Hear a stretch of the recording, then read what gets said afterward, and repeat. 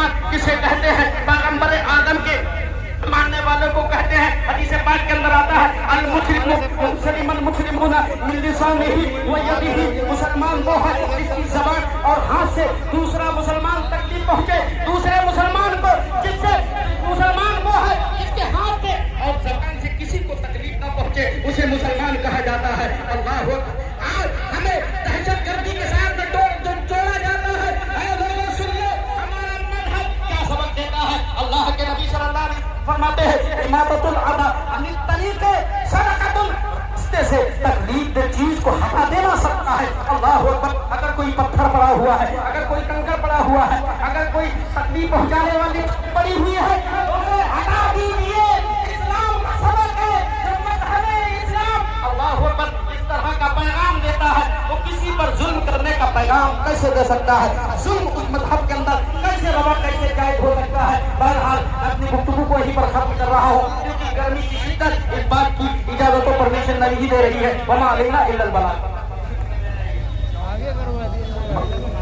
تھوڑا سا ہو جائے گا حضرت، سب آئے. بس سب کو معلوم ہے کہ حضرت ہی آخری رہ گئے ہیں، زیادہ وقت نہیں رہے گے. شاعر اسلام کہتا ہے ہر ابتدا سے پہلے ہر انتہا کے بعد، ہر ابتدا سے پہلے ہر انتہا کے بعد ذات نبی بلند ہے ذات خدا کے بعد.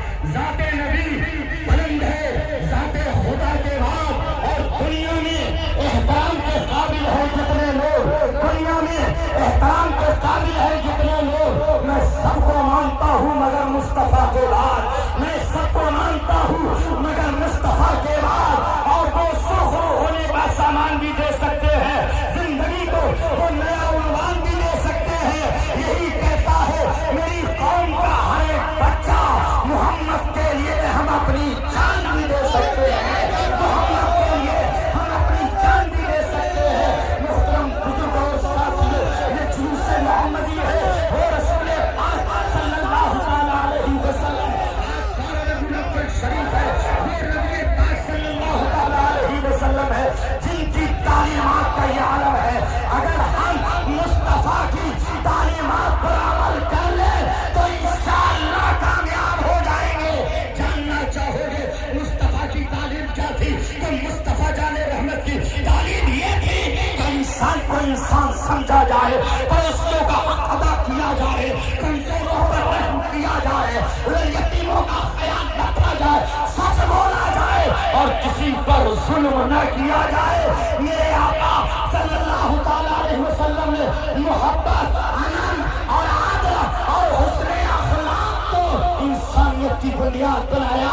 یہی پیغام ہے، یہی میرے آقا کی تعلیم کا وہ خوبصورت پیغام یہ بھی ہے کہ بہترین انسان وہ ہے جس کے اخلاق بہترین ہو، وہ دوسرے انسان اس سے محفوظ رہے. یہی پیغام ہے جس کے ہندوستان کو ہمیشہ ضرورت رہی ہے.